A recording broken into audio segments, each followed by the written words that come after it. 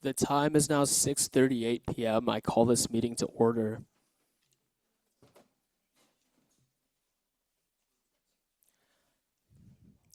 I invite Macy Whiteside to the podium to deliver a land acknowledgement.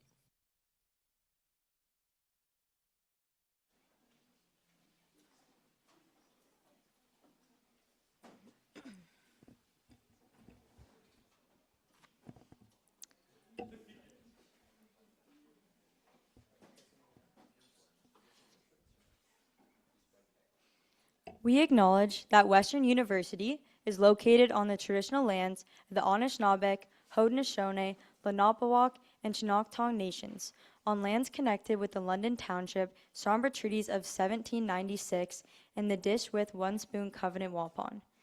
With this, we respect the long-standing relationships that Indigenous nations have to this land, as they are the original caretakers. We acknowledge historical and ongoing injustices that Indigenous peoples, First Nation, Métis, and Inuit endure in Canada, and we accept responsibility to contribute towards revealing and correcting miseducation, as well as renewing respectful relationships with Indigenous communities through teaching, research, and community service. Thank you, Macy. Counselors, please head over to Echo 360 to log your attendance.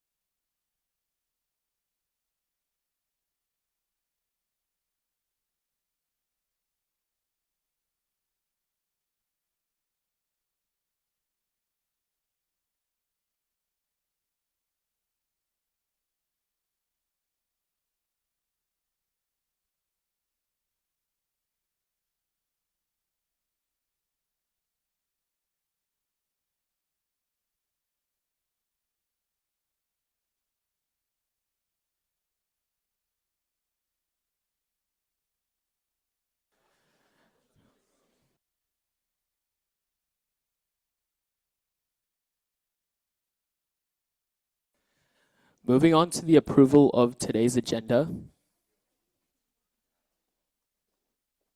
On today's half of the March agenda, we have the Board of Directors report delivered by Grace, the IFC and Pan-Hellenic presentation delivered by IFC President Kyle Nathan and Pan-Hellenic President Madeline Paul. We then have first readings of the motion to approve administrative amendments to the fees and financial statements policy and the motion to approve amendments to the working group policy. We will then adjourn and reconvene on Wednesday, April 1st with the executive reports, followed by an update on the strategic plan from President Henriquez. We'll then go through the motion to approve the executive reports and our second readings of the motions from the first part. Can I get a mover to approve the agenda, please? Councillor Wasti. Can I get a seconder? Councillor Adhikari. Are there any questions regarding the approval of the agenda? Are there any amendments? Are there any points of debate?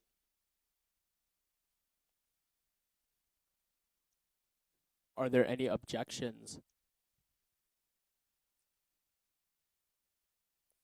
Please head over to Echo 360 to cast your vote.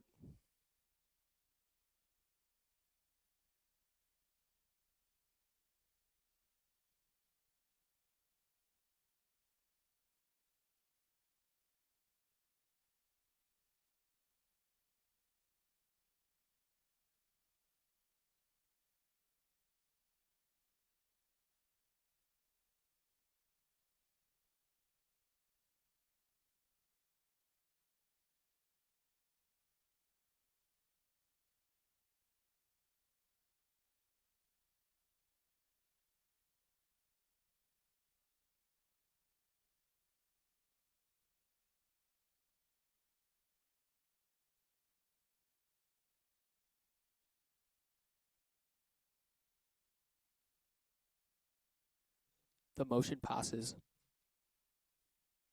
Moving on to the approval of the minutes, can I get a mover to approve the February USC General Meeting minutes? Councillor McKenzie. Can I get a seconder? Councillor Kattenbader. Are there any questions regarding the approval of the minutes? Are there any amendments? Are there any points of debate? Are there any objections? Please head over to Echo 360 to cast your vote.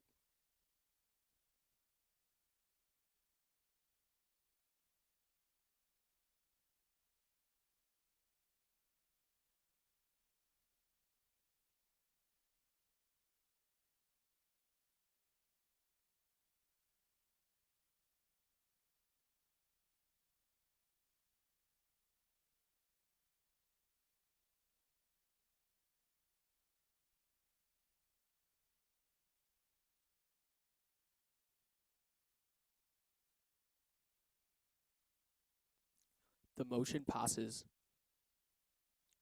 First off, I want to thank everyone for making it to today's meeting, given it's a Monday. Part 2 will be Wednesday, April 1st. I've also been getting a lot of questions about whether or not we're going to be having an April meeting. We will be having an April meeting for sure, and that meeting will take place April 22nd. And if needed, Part 2 will be April 29th, but I don't foresee us having a two-part for April. Given it is exams and the end of exams, if we do have a two-part for April, that will be remote.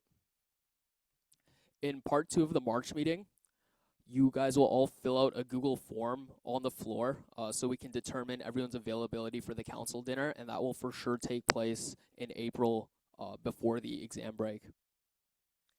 And if anyone has had an election in their faculty for a USC seat, and if you haven't let Dane know yet, please let her know as soon as possible. The question period for both the Board of Directors report and the IFC and Pan-Hellenic presentation will be administered by me via a speaking order today.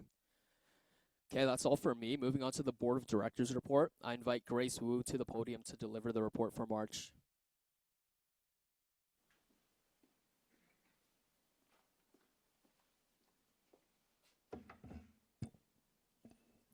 Hi everyone, hope you guys had a great day. I see a lot of you guys have your new counselor quarter zips on, very sleek, very Ivy.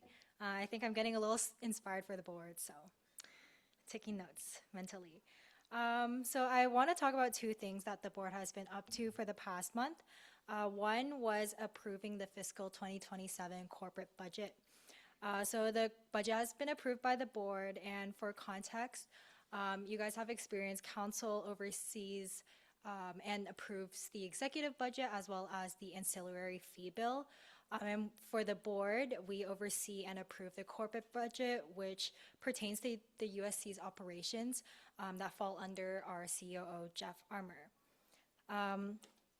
Basically, our role with reviewing the corporate budget is just to make sure that the corporation is set up for success for the future and the upcoming years. And the corporate budget is normally developed as a collaborative effort between the president, Kat, and our COO. So this year for the corporate budget, Kat's theme was It's Our Time. So ITS stands for Impact, Transparency, and Sustainability. So those themes were in consideration and woven into all of their decisions regarding the budget for this year, or for next year. And there were two big highlights in the corporate budget that I would like to talk about. So the Cove is new as of this year, and that will be incorporated under the Waves budget. And we have made a new investment into an HR, human resources information system called Rippling. So that's been a sizable investment that is used to streamline HR management and admin work within the USC internally. So the directors had a really meaningful discussion on certain points, and we came to the conclusion to approve the budget. Nothing too crazy there. And then the last thing I would like to talk about is we met a couple weeks ago for our annual winter retreat. which is a retreat at the Ivy Spencer Center, welcoming our incoming directors. Yeah, it was a day-long training session for incoming and returning directors as they have 2-year-long terms. And they spent to get to know each other and learn and understand the USC as well as their role as a director. And also committee selections for subcommittees were made there. Yeah, so that entire training day, we applied some feedback from our current directors to enhance the training experience. So those have been going well, and any future feedback we will be going over in our annual survey for the board. Yeah, that's all I wanted to talk about. I'll pass it to Armand to take any questions. If you have any questions, please raise your placard. Thank you, Grace. Thank you, guys.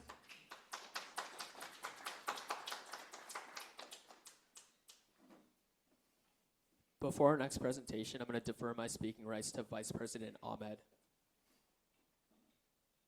Hey guys, can you hear me? Oh, you can. Okay.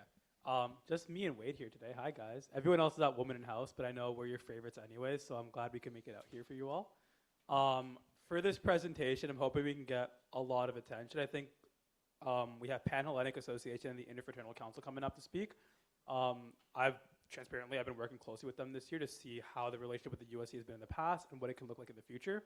And they're going to speak on that for a few minutes, but then also ask for your feedback. This has always been a big topic in council, and I think it would be amazing to get as much feedback for them as possible as they continue to meet with student leaders and see where their place is on campus. And I think this is a conversation that will be ongoing over the next year as well. So it's really important that if everyone could try and be as attentive as possible, as locked in as possible, and give as much feedback as they can, that would be amazing. So thank you guys. I know you'll do it because we're all best friends here. So yeah, I'll give it up to Kyle, Maddie, and Katie then.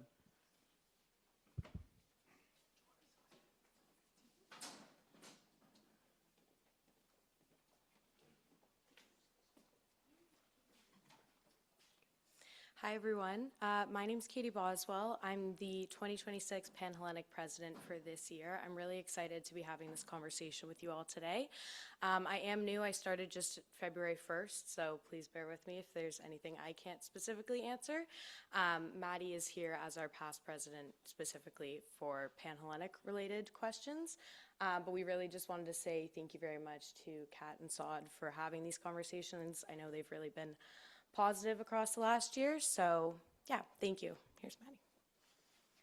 Hi, my name is Madeline Paul, and I was the Pan-Hellenic president of last year, and it's been a pleasure to work with Saud this year and Kyle and continue to foster a relationship with the USC, and I know we've really got to tackle a few different projects this year and continue on some new ones, especially Take Back the Night event. Hopefully will be good turnout, and we've been really working with our community on getting good turnout for that as well. When I was in my role, I was president of the entire Pan-Hellenic Council, which is all of the sororities, and we have one member from each of the sororities represented on our council, and we just work as similar to you guys. We're a governing council. We just make sure everything's running smoothly, everything's regulated, and one of our big projects we do is we focus on our Pan-Hellenic recruitment, which is what you've probably all seen, the girls running down the hill in September. It's hard to miss. But this past year, we had over 600 girls sign up for our rush. So we do make up a really big community on campus, and this has been one of our big motivators for why we've wanted to get really close with the USC and continue to support our members and foster the relationship closer with the university. Awesome. Thank you, Maddie, and thank you, everyone, for having us. I'm Kyle Nathan, the president of the Interfraternity Council for this academic year. Just first of all, I want to say we really appreciate the opportunity to get to speak with the council. I think it would be relevant to discuss a little bit kind of what the relationship has looked like historically between our organizations and why we feel that it's relevant to re-engage. So we do take up a pretty significant portion of the student population in Greek life. We feel that we have a group of people who are very engaged within the student community, but unfortunately that engagement we haven't been able to, over the last few years, have that interact with the USC in the way that we feel will have the most impact. So given that, we're hoping that we can have a conversation about what reaffiliation would look like so that we we can continue to build community, that we can have philanthropy opportunities together, and that we can make sure that both our students are well represented, but also that all students on Western campus have access to be members of our organizations, and that we can build as one Western community. So with that said, we've been having conversations with Saad and Kat and the rest of the executive team, as well as many of the faculty presidents over the year, and we've generally had a lot of positive responses. So that's really promising. But we also know that the last time a motion on this topic was brought to the floor that it didn't pass.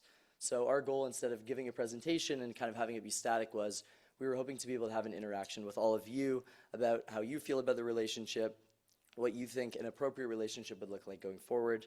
If saying yes to some sort of integration would be contingent on anything, we'd love to hear your opinions on what those things would be. And if you feel that it wouldn't be appropriate for us to reaffiliate, we would love to understand your feedback in that regard as well. So that's really our goal, is to engage, to really understand where you guys are coming from. Like Saad said, we are really open to any feedback, any criticism. We won't take anything personally. We want to genuinely understand your perspective so that we can address them appropriately and continue to build the relationship between our organizations so that we can really foster a student community that is integrated instead of segregated. So that's our goal. With that said, we'd love to pass it off to either Q&A or just any comments that folks have regarding the topic. Thank you very much. Each counselor will get a maximum of 2 opportunities to speak during this question period. Counselors can speak twice, only once we have gone through our speaking order, and everyone has had the opportunity to speak once. If those who wish to speak reach their maximum 2 speaking opportunities and want to speak more, voting members on council can motion to extend the period. A 2/3 majority is required for this to pass. If this passes, we will restart the period with the same rules. Please raise your placard and keep it raised if you would like to speak.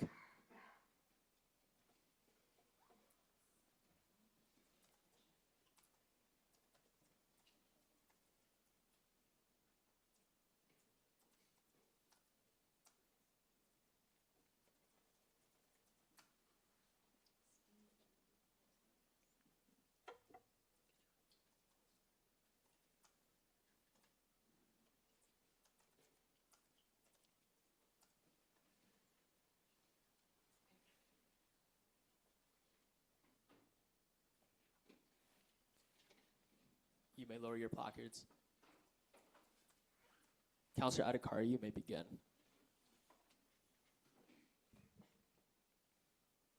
Hi, firstly, thank you so much, guys, for coming up today. I think that takes a lot of courage. My main question kind of comes on the safety of students. I know historically with incidents around gender-based and sexual violence, as well as more recently the incident with the fire, how are you guys making safety a priority within your councils and houses?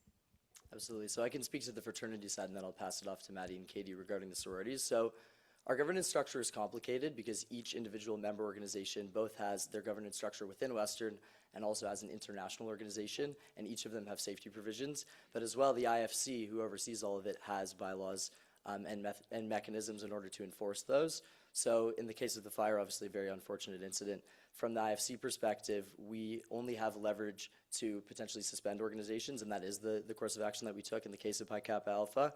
What supplemental discipline looks like as far as changing their processes happens both within our council and also between them and their international organization. So what's happened in their case is they haven't settled exactly what's going to happen over the next year with their international, but once that's taken place, then we can consider it as the IFC and see if we need to make adjustments. Obviously, we already had provisions that would make that incident, of course, not align with our values and our safety protocols, and we have taken the steps in order to appropriately address that by suspending them for the semester, and it will be up to the next council as to whether they'll continue to do so, and that obviously is the case as well for gender-based sexual violence. Luckily, we've been without incident as of late, but we feel that integration with the USC would give us access to resources so that we can provide even more training, because of course our funding is limited and our resources are limited, so being able to interact and have gender-based sexual violence training available to our members on a broad scale, and also some other safety-related resources, is something we feel we can strengthen by being involved with the USC. So I'll pass it off to Panel now. Katie, Maddie, So as for the sororities, we're very similar, but my council has a little bit more say over what we do as a whole.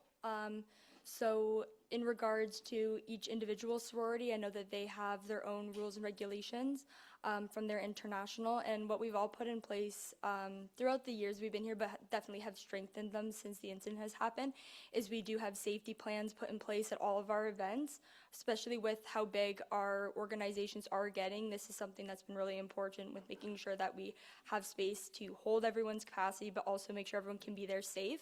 In regards to anything with alcoholic events, everything is being monitored to drinking age. We have sober exec who are there monitoring. Amounts of alcohol are being monitored, all those types of safety things as well.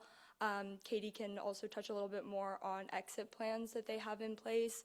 So moving forward, they have just continued to strengthen all of our safety protocols that we have in place. We do continue to have meetings on regular basis for sororities to get together and decide maybe if certain things don't feel right and they want to continue to strengthen these protocols that we have put in place. And yeah, you can continue to touch on these. Yes, we do have programming every semester within each sorority detailing specific safety plans and also where members can go to reach out if there's any problems throughout any event throughout the course of the year. Specifically regarding the fire, every fraternity has detailed a fire exit plan and has sent along both their kind of floor plans as well as photos that chapters have been able to revisit and fully understand and present within their chapters exactly what is meant to take place. We have emergency procedures that we all follow very closely, and in the event of an emergency, every member is very well aware and reminded each semester before any event what the kind of chain of command is and what should occur in the event of an emergency. Councillor Bose. Hi guys, just to echo Councillor Adhikari's opening, thank you very much for your willingness to come here and engage with us today. This is a really important conversation to be having, so thank you for being here. I'll follow up a little bit on her question. My question was, what exactly are for example, the fraternities, you described some of the retroactive measures that you were taking, and I'm interested in some of the preventative measures that you're taking to ensure that these kinds of incidents, whether it be gender-based sexual violence or the fire, don't happen. I heard a few from the Panhellenic Society about some preventative measures. If there's any more that you'd like to add that you think are important for us to know, that you're taking concrete measures to really ensure that this is a safe environment, and if on the fraternity side, if there's any that you could share. Yeah, absolutely. So I think the key difference between the IFC and the Panhellenic Association is our authority. So Panhell has a lot more power to determine how events take place for their organizations. They're in charge of rush, they're in charge of regulations throughout, whereas the governance structure with the fraternities differs between organization. I know in the example of myself, I'm a member of Zeta Psi. We have mandatory safety trainings that take place multiple times per semester with our international organization. That includes safety and exit plans, policies around alcohol, and we'd be happy to forward each of our member organizations' policies, plans, and training with all of you. Within the IFC, we're a little bit limited because we do allocate that responsibility to each member organization, subject that their policies are in line with our bylaws, which we're also happy to share. So we're a little bit limited from this perspective of enforcement other than enforcing fines and social probation, which are the steps that we have taken. We will be looking to mandate further training as things go forward, but as it stands, our member organizations do have those trainings mandated. Obviously, some of them haven't addressed them in a way that we feel would be appropriate given the recent incidents, so that's something that is being evaluated. We're having meetings this month to bring in our new team, and that will be part of the objectives given the events that have taken place. But yeah, generally we are always looking to be strengthening those things. We were under the impression, based on the reports that we'd received from organizations, that things were in a place that we were comfortable with. Obviously, there are adjustments that need to be made, and that's happening on a regular basis. But that's also why we feel that engaging the USC would allow us to more thoroughly engage with those trainings and provide resources in addition to what international organizations are able to provide.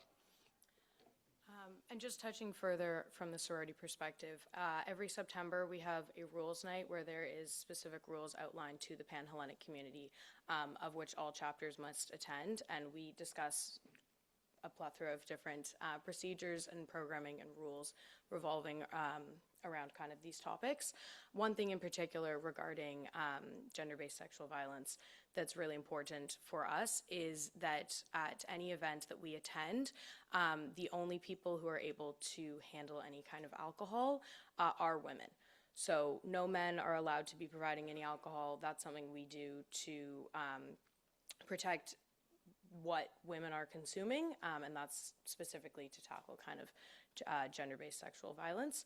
And then throughout the year, we do know that every sorority has their own individual programming to do with that kind of risk profile and risk programming specifically, so that everyone knows emergency procedures, what is and isn't allowed, and also where to go for any help at any point. And at every event, there are sober women, handling alcohol, but also going through the entire venue, ensuring that everyone is safe throughout the event. Councillor Churchill.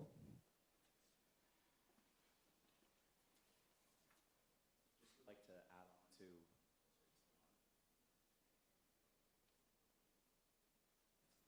hear me?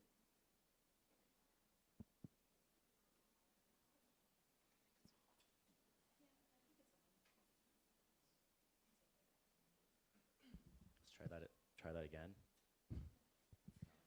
It's on. Yeah, you're good. Okay. Just would like to add on to what my fellow counselors have said. I am personally a bit baffled that we are having this conversation given the recent incidents and the reputations of frats and sororities on campus. And all these measures that you guys are talking about are great and all, but if another incident like the fire takes place again, all those measures really don't matter. I'm just wondering what you think any sort of reintegration would look like in terms of the liability and the damage that could be done to the USC's reputation would look like if another incident takes place and the USC is associated with, the frats and sororities again. Yeah, no, I think your concern is reasonable. As far as we're concerned, we think that the well-being of the student population is paramount, more so than necessarily reputations of organizations. It's our feeling that we are providing a community and we're providing an alternative to people going and experiencing nightlife in London in an often unstructured way.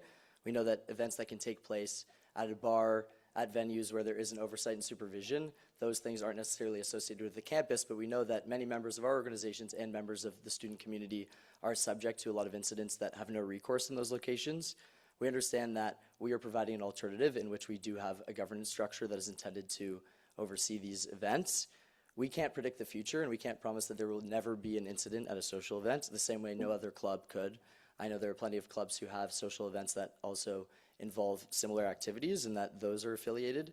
So we can obviously never promise that we are going to not have a future incident, but we're doing absolutely everything in our power to be able to put in the governance structure that will allow that prevention and that safety. And I also think it's very important to remember that our organizations are not primarily social clubs or drinking clubs. These are organizations that are about building lifelong relationships, contributing to philanthropy. Our organizations contribute significantly to the local community, create networking and business opportunities as well within our organization. So I think the perception that we primarily exist only for that social goal and that that's reputationally at issue, I think is not exactly aligned with kind of the conversations we've been having with the council of what our role in the university looks like. So while we understand that you would be concerned about the reputation of the USC, that's why we feel it's so important for us to engage with it.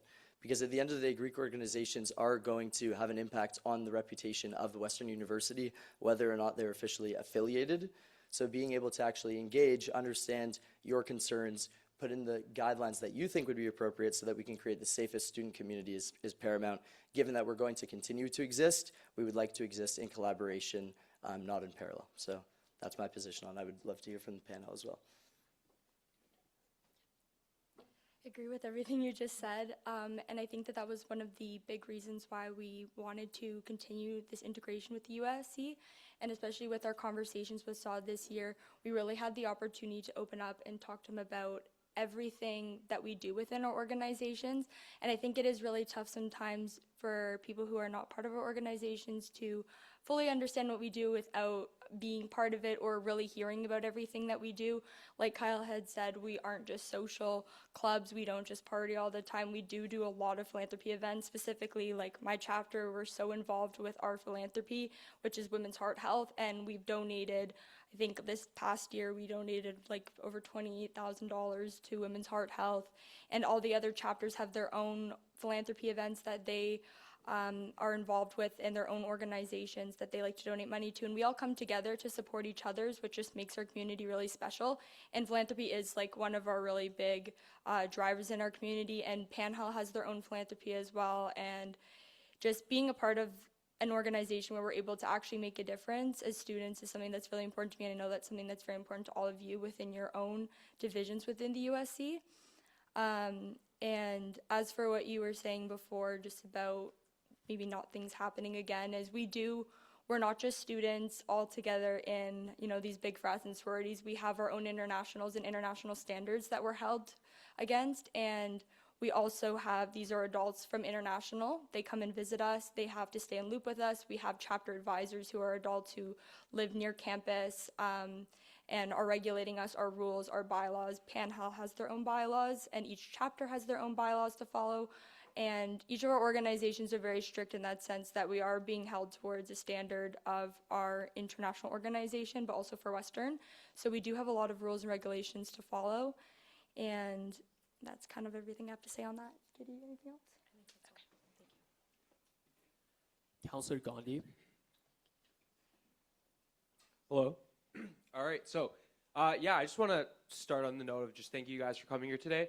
And I appreciate how, you started the conversation with like asking for like advice almost, right? It's, you're trying to get our feedback, which I think is a really good step in the right direction. So I appreciate that. And on a more positive note, I wanted to just ask what you guys see your relationship with the USC looking like on a 5-year vision. Like 5 years from now, if everything goes the way that you want it to go, what could that relationship look like? Absolutely, I can start. So, first of all, thank you for your question. I think that community engagement is the biggest thing. I know that you have clubs that are highly integrated as far as the actual operational side. Given that our organizations function pretty independently, we don't think that that is where the synergy lies necessarily. But being able to engage with the student community, philanthropy, community events, that's where the key is. Like Maddie was saying, I think the things that the USC shares with Greek Life is that these are students who want to be involved in their community, want to have an impact, and want to create positive change in the world that they live in. So I think the opportunities for us to collaborate in an official sense would be huge. I mean, Maddie had mentioned Take Back the Night. We're going to have a significant presence there. But the ability for us to engage with those events on an official capacity and use our resources to become involved would be incredible. I also think for recruitment, it's really important that we have access to campus. We want our organizations to be representative of the group of people who attend Western University. And in order for that to be the case, being able to recruit on campus would be a really big deal for us to be able to kind of see that vision. Right now, everything kind of takes place through word of mouth, and that can create echo chambers. So for us to be able to actually be representative of the student body, being able to engage in that regard would be incredible. And also just access to resources as far as training, all the things that clubs at Western are able to participate in order to strengthen their ability to function or to make sure that they're aligned with the values of the institution. We are hoping to be able to be contributing to that because we know that we have such active members within our community, and we want to create a bridge that would allow members to feel more comfortable and accepted being involved in both Greek life and club life in USC and campus life at Western, which right now we think is pretty divided. Anything there? Okay, I think we're good. Thank you. Councillor Jia.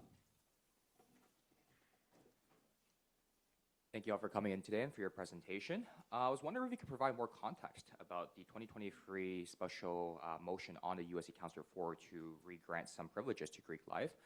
Seeing that there are some new counselors on this floor as well, I think it would be beneficial for everyone to learn more about what happened then, what has changed since then as well, and what steps were taken, or I guess what feedback was also considered from that session 2 years ago, and why we are reopening up this conversation now.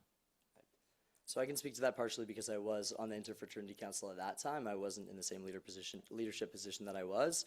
At the time, Sunday was president. He was very much supportive of reintegrating, similar to the support that we've received from the current executive. I think that a lot of the concerns that we've heard today are frankly the ones that got in the way of that motion passing at that time. But I think the lesson to be learned in the years since then is both that we've continued to be able to do really amazing work, but also that when incidents take place, us not being affiliated doesn't really affect whether or not those incidents take place. It doesn't really affect their reputation. I think we've all felt the impacts of what's happened over the past year. So, I mean, all the points that we're making today are the same ones that were being made at that time. I think that sometimes it's just depending on the council and who the folks are who are representing it, that things can kind of shift from a perspective of where people vote. But I think the key difference for us is that we were less engaged in a direct sense last time. A lot of the times we would meet as an IFC in Panhandle with Sunday. Sunday would speak with his constituents and the folks around the council, and there was a lot of indirect communication. And I think in that sense, people didn't have a personal connection or have the opportunity to actually provide feedback in a meaningful way or to draft that motion in tandem. Like, that motion was drafted on our end and then was voted on. And I think in order for us to create an agreement that would be mutually beneficial, then we should be working together on that.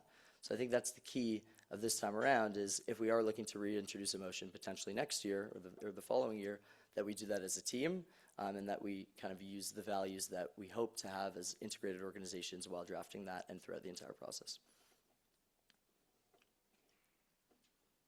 Before I give the opportunity to those who have already spoken to speak twice, if you haven't spoken yet and would like to have an opportunity to speak, please raise your placard now.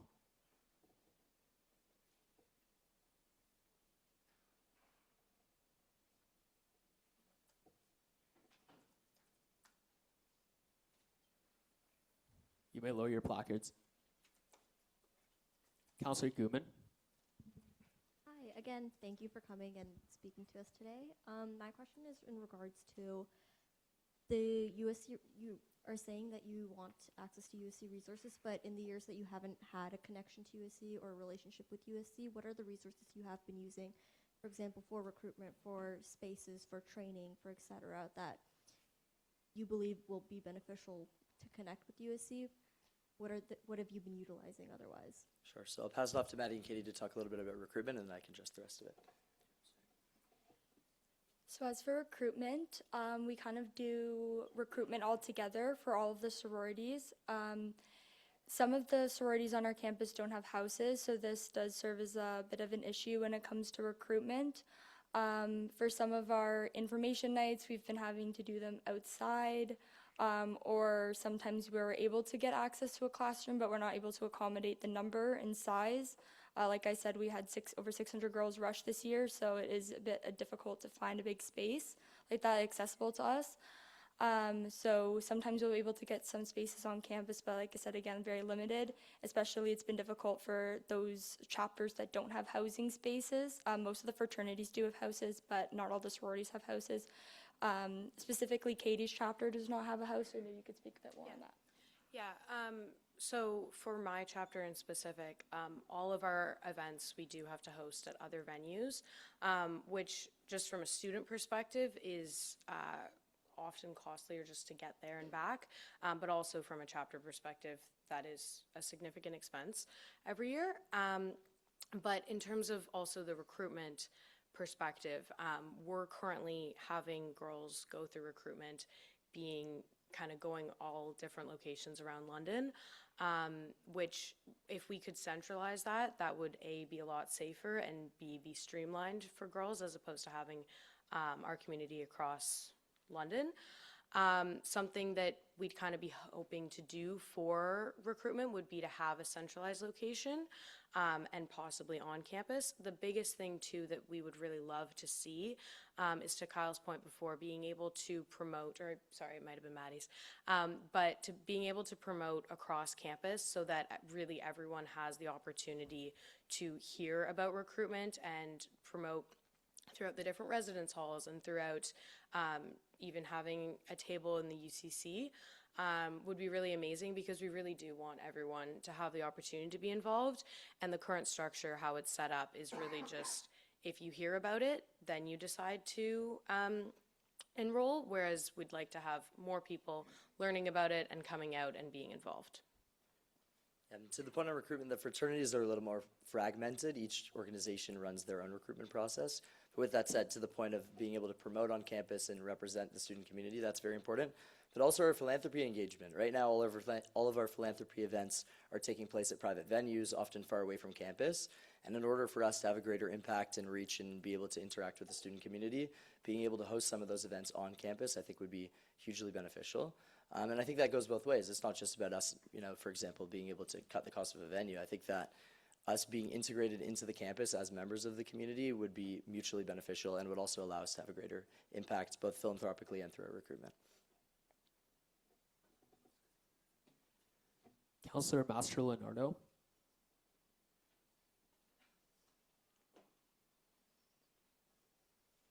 Hi. First of all, thank you so much again for coming in and speaking with us. I think that coming in and having these conversations is an excellent first step.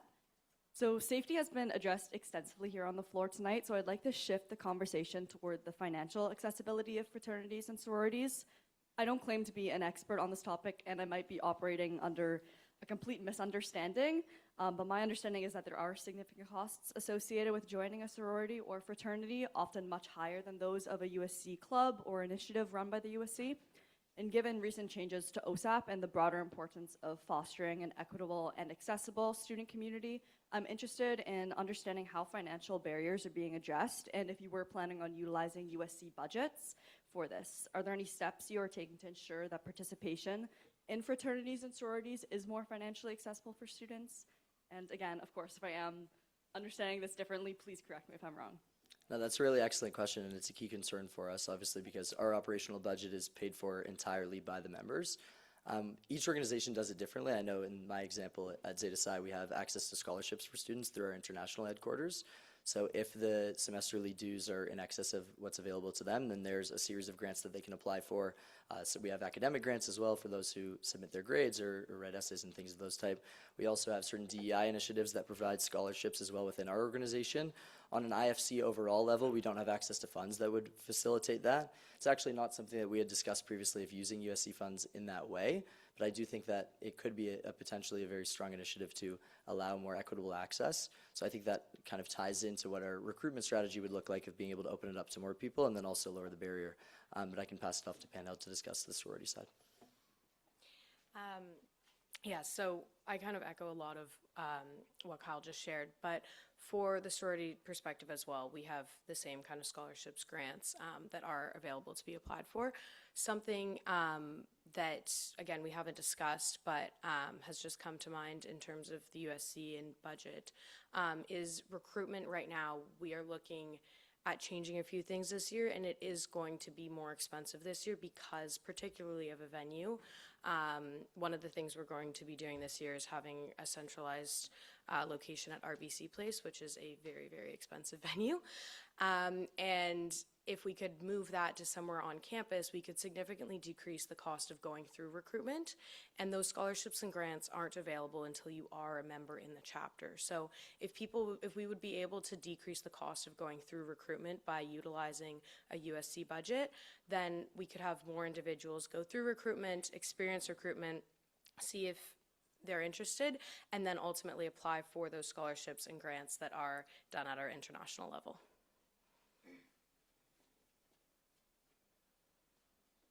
Before I give the opportunity to those who have spoken to speak twice, if you have not spoken yet and you would like to have the opportunity to speak, please raise your placard.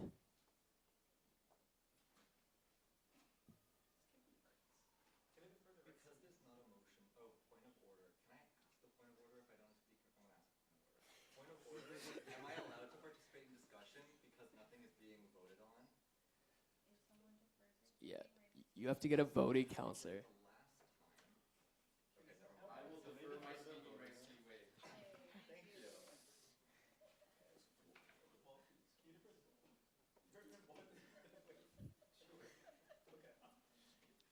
Sorry. Counselor Bose, that would be your second question.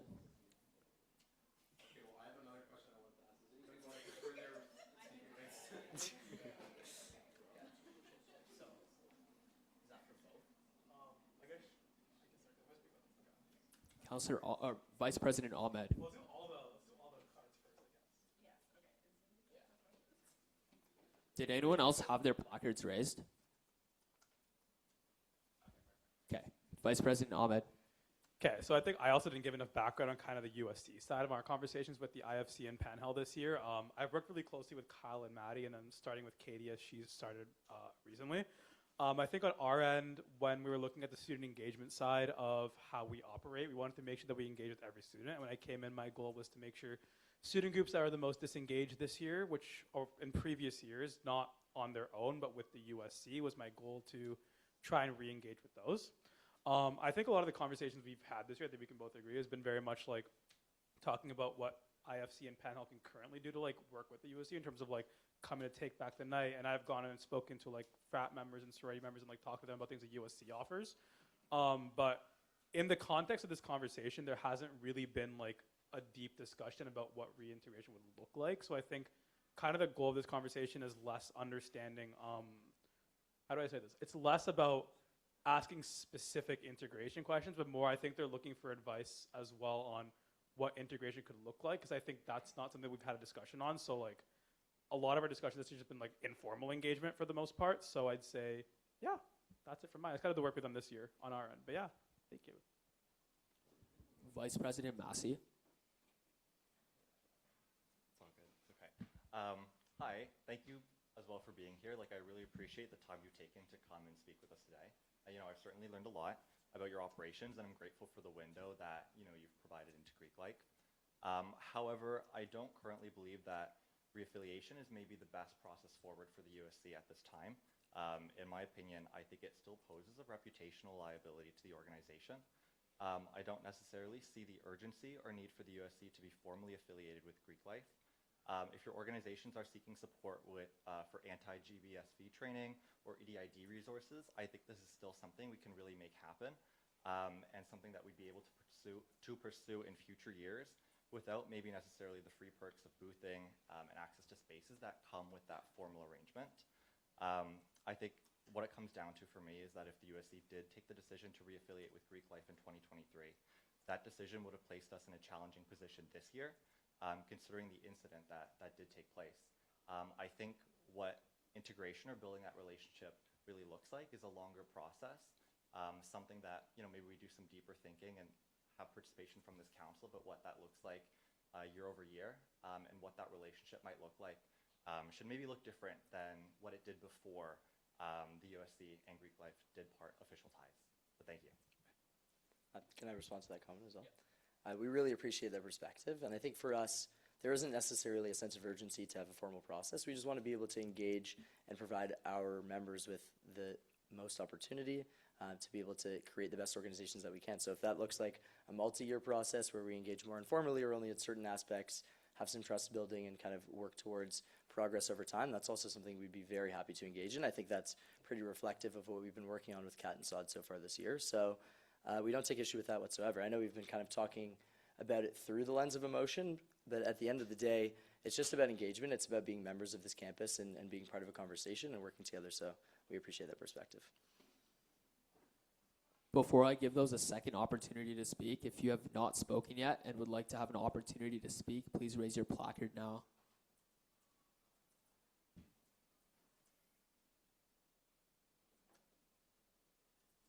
Councillor Farnagi. Hi guys, thank you so much for taking time out of your day to come. I just had a question. So given that Western already faces a lot of capacity constraints, like with existing clubs and councils, what specific structural changes or trade-offs are you proposing or have you thought of to accommodate your representation without displacing current groups? So I can speak on that a little bit. I think Saad kind of alluded to it, that the details of what integration would look like haven't been something that we've engaged on a deep level because we didn't want to get out ahead of ourselves before we've kind of established the dynamic that's going to continue. I think that's something, from outside of a USC perspective, we don't have the perspective of what scheduling looks like and what your constraints are. So that's something that we would love to kind of have conversations about and engage with you about and figure out what would make sense. We do have access to resources, like Katie said, but I think for us it's just about lowering barriers as much as possible. We don't want to be displacing any clubs, of course, or removing opportunity from anyone else. So that's something that we haven't had the chance to engage on, but we would be happy to. Before I give those a second opportunity to speak, if you have not spoken yet and would like to have an opportunity to speak, please raise your placard now.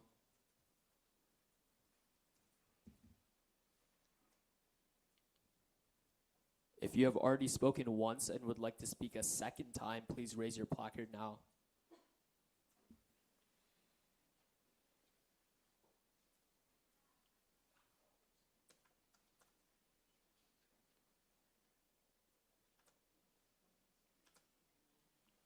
You may lower your placards.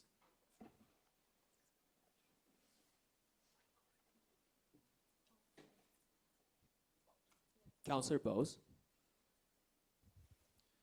Thanks, guys. I think you've made a lot of very reasonable points, and I think have definitely expanded a lot of our perspectives here. But something I'm struggling with is your claim that it doesn't that there's no more reputational damage to the university or to the USC from an incident at a fraternity or a sorority when we're affiliated with each other than when there isn't. Because it seems to me that when there is a kind of affiliation or integration, that's a certain kind of endorsement. It's a sanctioning that if we're saying you can recruit here on our campus, I think it's a fair expectation of students that for we as a student government to be sanctioning a group recruiting on our campus, that they can expect that the environment to which they are being recruited into is a safe environment, one that we are sanctioning. I think that's maybe not, I think that's certainly an implication that students would draw from. So that being said, just the recent of the fire, for instance, the incident of the fire having been so recent, what am I wrong in saying that?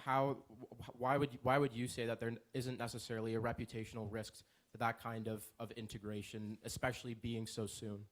Yeah, I think we actually tend to agree that by endorsing the Greek community and allowing us to recruit on campus, that there is a tighter affiliation and a reputational risk. But as far as we're concerned, the primary goal of the USC is to engage with the student community and create a better community.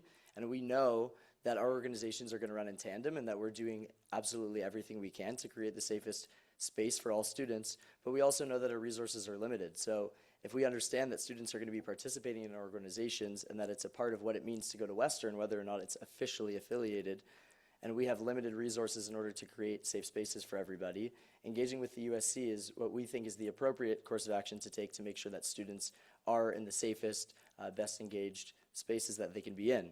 So while I understand there is a reputational risk, our philosophy throughout the year has been that by not affiliating with us, that doesn't mean that we don't exist. It just means that we're siloed and we're doing our best, but we could use the assistance of your resources to be able to align our organizations. So while I understand that that's a position that you need to take and be concerned about, as far as we're concerned, the reputational risk is secondary to the impact that you could have on students at Western, and that's why we feel that engaging, whether it takes place more slowly and over time, is more valuable, because obviously this group of people is not isolated, it's representative of a student body, and many of your constituents are involved in our organization. So with that said, we feel that that engagement is almost compulsory, given that we make up a significant part of that student body. Whether that's taking place in an official sense or if there are provisions you want to take to limit your liability, we understand that.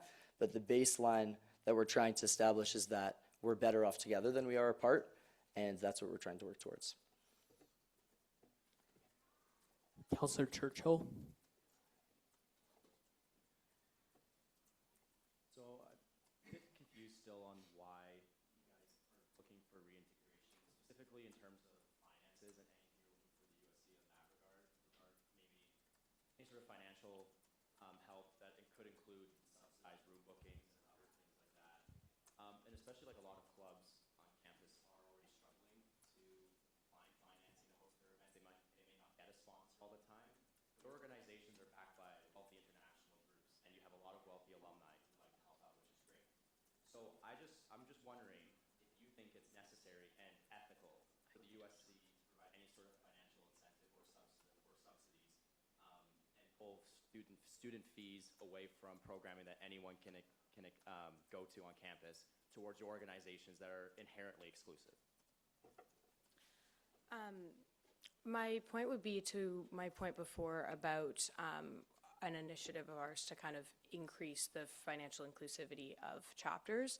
I wouldn't say any necessary financial incentives, but for example, subsidizing kind of room bookings would be very beneficial in order to decrease the dues and decrease particularly the cost of going through recruitment so that we can expand our community. We are trying to expand our community actively, and we are trying to be able to reduce that barrier to entry that we currently are facing, and that particularly would be able to allow more to be involved. It's also important to note that our motivation to be involved with the USC is not primarily financial. Of course, that's an aspect that we could explore, but we feel that our presence on campus, our involvement with philanthropy events, and our ability to be engaged is way, way more important than the financial aspect. We're not arguing that we remove resources from any other group on campus. That's a conversation that could be had separately. So we're not coming here asking for financial access necessarily. That's just an aspect of the relationships that you have with other organizations that could be explored, but it's definitely secondary to the spirit of our collaboration and integration, our access to even being present on campus spaces in any official capacity, rather than actually asking for any of your budget to be allocated towards us specifically. Councillor Guman. Hi. A little bit of a different question than my first one. So inclusion and diversity is a huge priority for the USC and for Western students. And I believe our partnerships should ensure that that value is in alignment. In terms of inclusion of people of color, non-binary people, the LGBTQ plus IA community, how do you currently include these different communities within Greek life and in the future of Greek life, when Greek life is so heavily based on masculinity and femininity, and also was not created with the inclusion of people of color and LGBTQI plus A in mind? Right. Yeah, I can speak on the fraternities first of all. I think that obviously things have changed very much over the years. Every single one of our organizations, including the IFC and PanHel, have DEI teams, and we have targets that we need to hit to ensure that we have access to all members of our community, and I think our ability to be present on campus is hugely important. Within our own organizations, we have folks from all sorts of different racial and ethnic backgrounds, different gender identities, and different sexual orientations. Those are all things that are certainly accepted by us, and there's more work to be done. But that is absolutely a goal of our organizations. But like we said, being able to proliferate recruiting so that we can gain access to folks who aren't traditionally engaged in Greek life is really key. So for us, given that there are certain traditional aspects of our organizations that aren't aligned with how we now feel and what we think is appropriate from an inclusivity perspective, gaining access to those communities is key. So we've been doing our very best, but it can be a challenge, and it's something that we're going to continue to try to address. With that said, there are certain aspects of fraternities and sororities that are based on gender roles that are historic, and there are traditional aspects of that have some value, but we also know that our spaces are to be for the betterment of the student community overall, and we continue to work within our organizations to make sure that it's accessible for everyone, and I can pass it off to PanHel to speak a little bit about their side of it. Yeah, so similarly, we also have DIA representatives from each of the chapters, and we also have it on PanHel as well. And specifically for PanHel, we have DEIA, and then we also have someone who does DEI specifically for recruitment. We also make sure that everything that we're putting out, whether it's the shirts we wear for recruitment, the pictures we're posting on Instagram promoting recruitment, any of that type of stuff is all inclusive. We're making sure we're not showing just one type of person or one type of ethnicity or race or any of that. We want to make sure we're being inclusive for everyone, and we do like to have a lot of our DIA representatives speak on these behalves, especially during recruitment, to make those people who are rushing feel more included and understand that they do have people to come to. And just to further amplify what we were saying before, is when these students are coming to Western, especially the first years, we kind of are their first kind of home away from home, and we really do take them in, but we would like to be able to give them more resources and make sure that they can feel more integrated on campus and feel more included. And anything else that you wanted to touch on? Okay, well, I think that's for everything for me. If you would like to speak a first time, please raise your placard.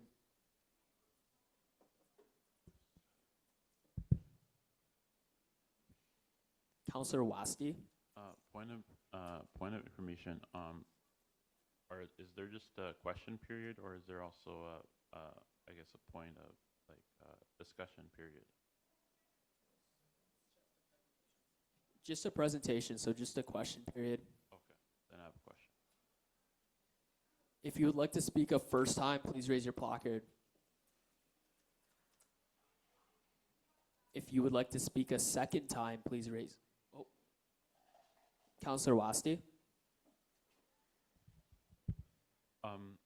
I guess it's my question was kind of what do you think about kind of moving slowly? So I know in the past the council in 2023 did not pass the motion due to kind of moving too fast. The I guess the connotation that councillors at the time received that the IFC and the Pan-Hellenic Council were receiving training and being rewarded by being treated like a club. Would you, I guess, be open to kind of just starting with training and see how that goes, and kind of start more slowly, as I find one of the biggest problems is moving too fast and focusing on kind of the rewards of the relationship rather than focusing first on the safety. Yeah, absolutely. Like we said in the conversation with VP Massey as well, we'd very much be willing to move slowly. And I think the framing of the relationship also could use some adjustment. We don't see it as necessarily reaping a reward. We think that it's better for the students we represent and the students you represent to be integrated. Whichever way would be comfortable and that we think is most effective, we're happy to do, whether that's a 5-year plan in which certain incentives or certain measures need to be hit in order to move to a next phase, or continued discussions. That is all something that we'd consider. We're not here with a motion today. We're just here to understand your perspectives. So if it is the feeling of the council that engagement is something that needs to take place over time and that trust building needs to take place and we need a slower form of integration, we are absolutely willing to do that. Now, despite the challenges we've mentioned today, our organizations do continue to operate separately, and that has been the status quo. So we don't necessarily come with a sense of urgency that something needs to go through today, but we feel that it would be beneficial to engage. So if that took place slowly rather than in one motion, we take no issue with that. Yeah, please. Something that I did want to bring up, though, is we did have conversations with all the student leaders from this past year, and if we kind of somehow continue this pattern of doing this each year, then it's going to be the new student leaders coming in, and then we're going to be starting fresh again. So we would like to kind of understand what ways we can continue to build this in a way where we're continuing our relationship and not maybe starting fresh over with a new council every year. If you would like to speak for the first time, please raise your placard. Councillor Eshke. Hi, thanks again for coming and speaking on this matter. We've talked a lot about how USC can support IFC and Pan-Hellenic, but what ways do you see IFC and Pan-Hellenic contributing back to USC initiatives or their priorities?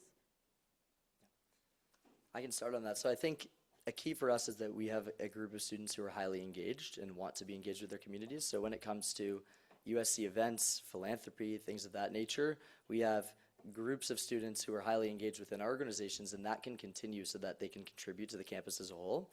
I think having a more formalized relationship would allow us to mobilize folks to be able to do that. I think a more informal version of that will be at the Take Back the Night event that's taking place on Friday. We're going to have a lot of our members attend. But I think formalizing that relationship so that we can be champions of the USC and also be stewards of what it means to be at Western and to create an inclusive and an exciting and an incredible opportunity for students to come and be engaged in their community here. I think our members have a lot to contribute in that sense. And it's also important to remember that our constituencies overlap. So I think that we do have certain interests that are inherently aligned, given that our members are also part of all of your respective faculties. But it just comes down to a group of really engaged students who feel a little bit isolated from being involved on campus because of the historic relationship. And we think that's a shame. We think there's a world where there are folks from Greek life who are involved in the USC, there are folks from Greek life who are involved in the Gazette and across campus, and that is the case, but we want to kind of culturally integrate in a way that we can be supportive of each other. So that's kind of how we view that.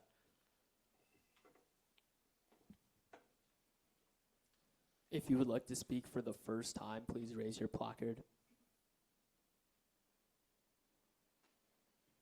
If you'd like to speak a second time, please raise your placard. Councillor Adhikari. Yeah, so just on a point that was made earlier about how USC is focused on student engagement, I think a really other big component of the USC is that we are an advocacy-based organization.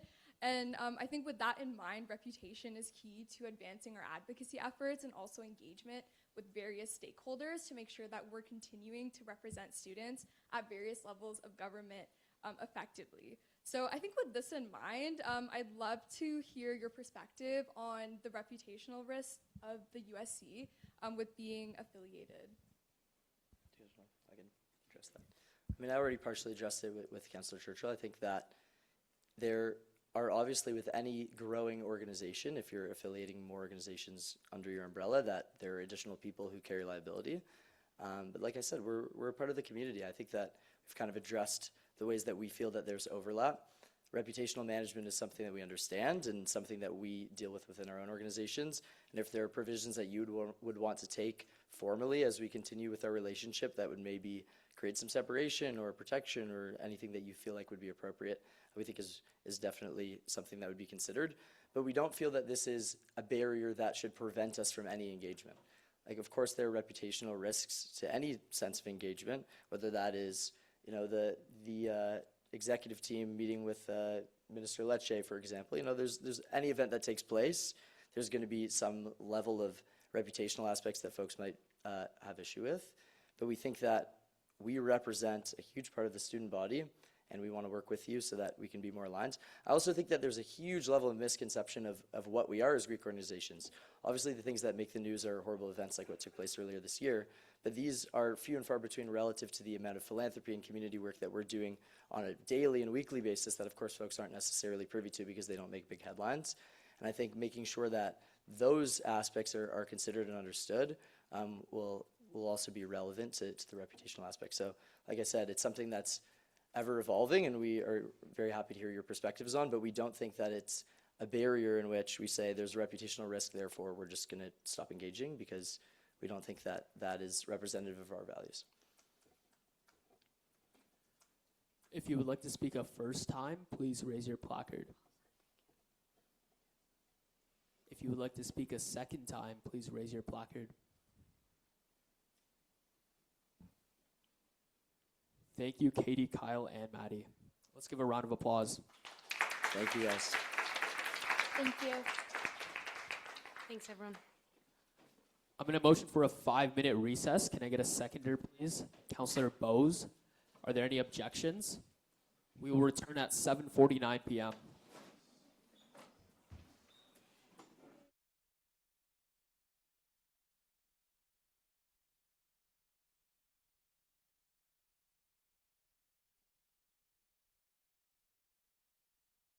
(7:53 p.m.) I call this meeting back to order.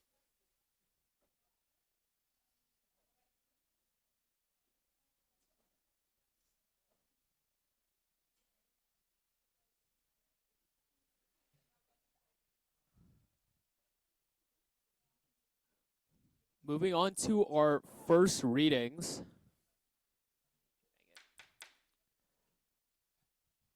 Moving on to our first readings. We have the motion to approve administrative amendments to the fees and financial statements policy.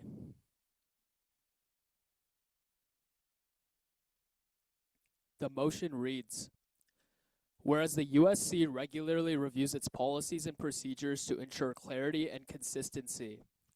Whereas the fees and financial statements policy requires minor administrative updates. Be resolved that Council approve the administrative amendments to the fees and financial statements policy as presented. President Henriquez is the mover. Can I get a seconder, please? Councillor Bose. A reminder, this is a first reading only, so we will only be doing question period today. If you have any questions, please raise your placard.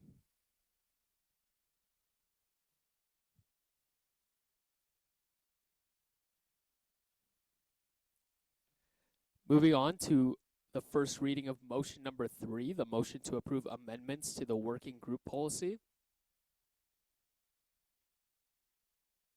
The motion reads, Whereas the USC regularly reviews its policies to ensure clarity, consistency, and effective governance practices. Whereas the current working group policy contains ambiguities regarding formation standards, reporting expectations, extension procedures, and dissolution mechanisms. Be it resolved that Council approve the revised working group policy as presented. President Henriquez is the mover. Can I get a seconder, please? Councillor Bose. If you have any questions to this motion, please raise your placard.